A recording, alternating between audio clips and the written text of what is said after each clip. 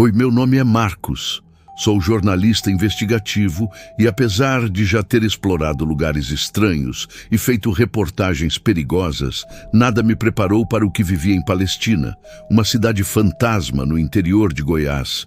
É a experiência mais aterrorizante da minha vida e confesso que só estou contando isso porque preciso tirar esse peso das minhas costas. Mas aviso, o que aconteceu lá ainda me assombra e talvez assombre você também. Tudo começou quando ouvi falar de Palestina. Diziam que era um povoado abandonado, tomado pelo silêncio e por histórias de arrepiar. Antigos moradores relataram fenômenos sobrenaturais que os forçaram a fugir. Luzes estranhas no céu, sombras que se moviam sozinhas e o som de um sino que tocava à meia-noite, mesmo com a torre da igreja em ruínas. Aquilo parecia perfeito para uma grande reportagem, então, sem pensar duas vezes, arrumei minhas coisas e parti para lá.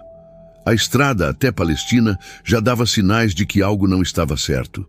O GPS começou a falhar, me deixando desorientado, e o céu, mesmo em pleno meio-dia, parecia mais escuro. Quando finalmente cheguei, fui recebido por um silêncio quase opressor.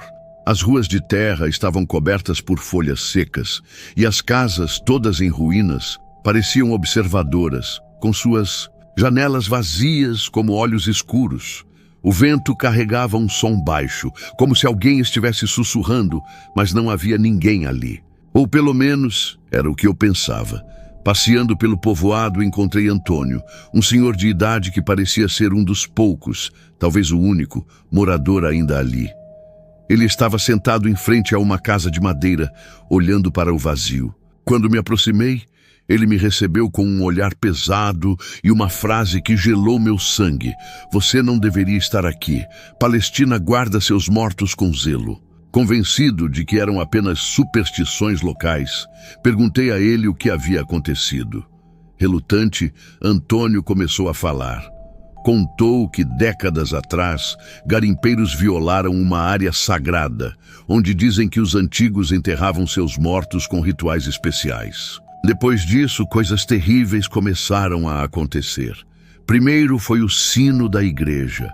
Tocava todas as noites, mesmo sem ninguém subir na torre. Depois vieram os desaparecimentos, as sombras. Elas vivem aqui agora, ele disse, olhando para os lados, como se tivesse medo de ser ouvido. Mesmo assustado, decidi que precisava passar a noite ali para entender mais. Escolhi uma casa abandonada próxima à igreja, uma construção pequena, com paredes rachadas e cheiro de mofo. Quando o sol começou a se pôr, o ambiente mudou. O silêncio ficou mais profundo, como se até os insetos tivessem medo de fazer barulho. E então começou. À meia-noite, fui acordado por um som que me deixou paralisado. Passos pesados e lentos, como se algo estivesse se movendo dentro da casa. Acendi minha lanterna e, tremendo, comecei a investigar. As marcas estavam lá, pegadas no chão de terra batida que terminavam na parede. Olhei para cima e vi algo que jamais esquecerei. Uma mancha escura, parecida com uma sombra, se arrastando pelo teto. Era como se o próprio teto estivesse vivo, pulsando. Saí correndo da casa, apenas para ouvir o sino da igreja começar a tocar. Aquele som grave ecoava por todo o povoado. Olhei em direção à torre e vi uma figura lá em cima. Não era humana. Era alta, magra, com braços longos que pareciam tocar os sinos com as próprias mãos. Mas o que mais me assustou foi seu rosto, ou a ausência dele. Era um vazio, como uma máscara de sombra, sem olhos ou boca. Sem pensar, decidi ir até a igreja. Atravessar aquele caminho foi como caminhar em um pesadelo. As casas pareciam estar mais próximas, como se quisessem me engolir. Quando cheguei à porta da igreja, ela estava entreaberta, rangendo ao vento. Lá dentro, o ar era gelado e o cheiro de cera derretida misturado com algo podre enchia o ambiente. No altar, havia velas acesas, embora ninguém mais estivesse ali. No centro, um crucifixo estava tombado, coberto por um líquido escuro que escorria lentamente. Atrás dele havia uma inscrição na parede, feita com algo que parecia unha arranhando o concreto. Aqui eles descansam, mas nunca em paz. O som dos passos voltou, desta vez ao meu redor. As sombras nas paredes começaram a se mover de forma frenética, como se tentassem me alcançar.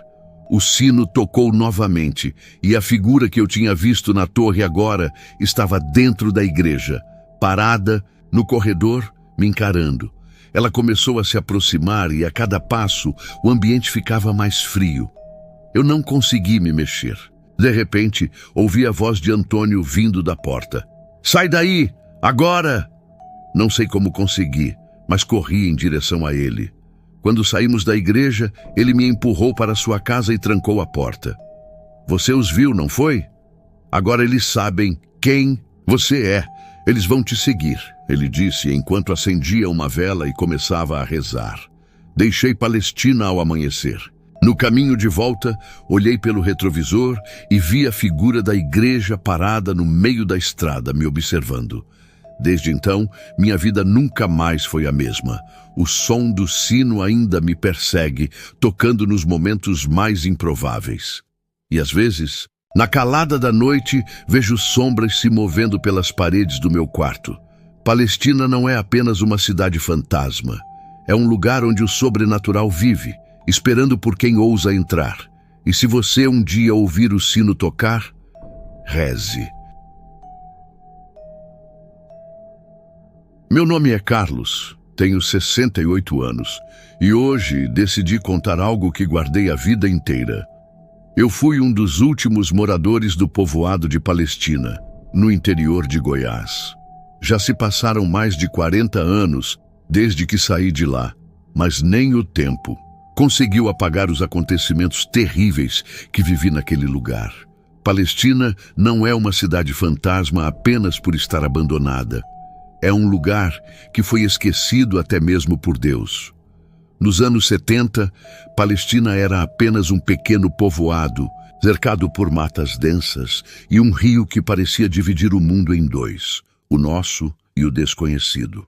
Não passávamos de 30 famílias, vivendo da terra e do comércio simples. No início, tudo era normal, até que os sinais começaram. Pequenas coisas que na época pareciam coincidências, mas que olhando agora, eram avisos. A primeira coisa que notei foram os desaparecimentos. Era sempre alguém indo para a mata e não voltando. Primeiro foi um caçador experiente, depois uma menina que dizia brincar com um amigo invisível. Lembro da busca que fizemos por ela, o povo todo com lanternas gritando o nome da menina, na escuridão. Mas a única coisa que encontramos foi uma boneca dela, intacta, no meio de uma clareira onde a grama estava queimada em um círculo perfeito. Ninguém soube explicar. Meu primeiro encontro com o inexplicável aconteceu numa noite de julho. Eu tinha 16 anos e estava voltando de uma conversa na casa de um amigo. O caminho era um velho atalho que passava pela igreja do povoado. Era uma construção antiga, com paredes de pedra e um sino que parecia nunca ser usado. Até aquela noite, eu estava a poucos metros da igreja quando ouvi o sino tocar. O som ecoou tão alto que parecia vibrar no meu peito. Olhei para o campanário, mas não havia ninguém lá. Meu corpo ficou gelado, mas continuei andando, tentando não olhar para trás. Quando cheguei em casa, minha mãe perguntou por que eu estava tão pálido. Não contei nada, mas aquela noite foi a primeira de muitas sem dormir. Algumas semanas depois, os boatos começaram. O sino da igreja tocava toda noite, sempre à meia-noite. Algumas pessoas diziam que era o vento, mas outras acreditavam que era um aviso, um presságio de que algo estava para acontecer. E aconteceu. Uma noite, o senhor Augusto, um dos homens mais corajosos do povoado, resolveu investigar. Ele entrou na igreja depois do último toque do sino. Lembro-me de vê-lo com uma lanterna e um facão, dizendo que ia calar aquele barulho de uma vez por todas. No dia seguinte, encontramos o facão e a lanterna dele na entrada da igreja. Augusto, no entanto, nunca mais foi visto. O que me assombrava mais era minha irmã, Ana. Ela tinha apenas 10 anos e era uma menina alegre, até que começou a ter pesadelos constantes. Ela dizia que uma mulher de vestido branco aparecia em seu quarto todas as noites. Ana contava que a mulher não tinha olhos, apenas buracos escuros no rosto. Minha mãe dizia que era apenas imaginação, mas uma noite tudo mudou. Minha mãe acordou com o grito de Ana e correu para o quarto. Quando chegou lá, encontrou minha irmã encolhida em um canto, apontando para a janela.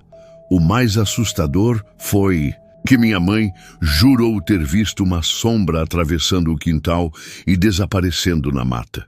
A partir desse dia, Ana parou de falar. Ficava apenas olhando para o vazio, como se algo a estivesse observando de volta. Foi então que meu pai decidiu que era hora de irmos embora. Ele dizia que algo estava errado naquele lugar e que se não saíssemos, acabaríamos como os outros. Começamos a arrumar nossas coisas para partir, mas enquanto nos preparávamos, o sino da igreja tocou novamente. Era uma manhã clara, não havia vento, mas aquele som parecia nos avisar que estávamos sendo observados, que a Palestina não queria nos deixar ir.